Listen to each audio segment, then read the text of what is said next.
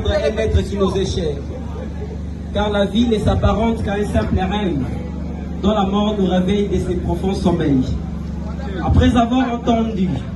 religieusement et méticuleusement la plaidoirie de la partie civile qui sollicite du tribunal l'allocation des dommages et intérêts à la hauteur de 100 millions de francs congolais pour le préjudice affectif qu'elle subit à la suite du décès tragique de M. Glody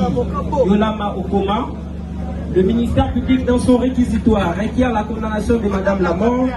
à la peine capitale pour la prévention de meurtre conformément aux articles 44 et 45 du Code pénal congolais livre.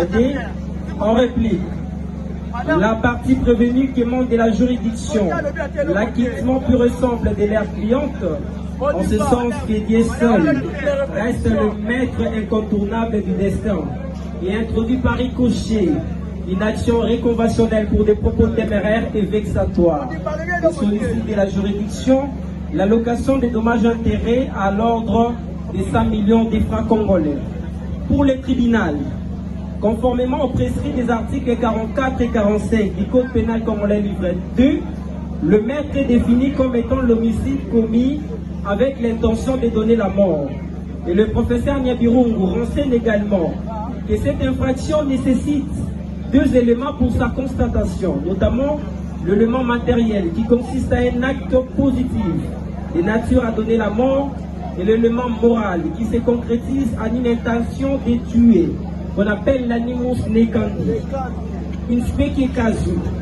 l'effet pour Madame la mort de provoquer en date du 8 mai 2025 un malaise à M. Glody Yolama afin de lui ôter la vie. Par la suite, cristallise à bien des égards les corpus delicti et la mens rea de l'infraction du meurtre. Par ces motifs, le tribunal statuant publiquement et contradictoirement à l'égard de toutes les parties,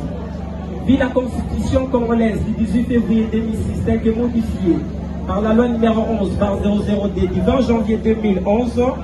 vit la loi organique numéro 13/0011-B du 11 avril 2013 portant organisation, fonctionnement et compétences des juridictions de l'ordre judiciaire, vit le décret du 30 juillet 1940 tel que modifié à ce jour portant Code pénal congolais, vit le décret du 6 août 1959 portant Code de procédure pénale, vit le décret du 30 juillet 1888 portant contrat ou obligation conventionnelle, le ministère public entendu dit recevable et fondé l'action mise à l'encontre de Madame la mort et par conséquent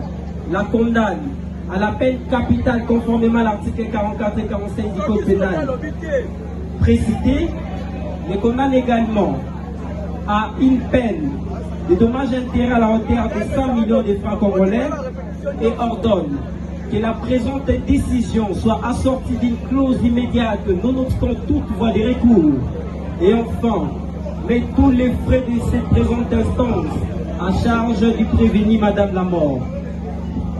C'est ainsi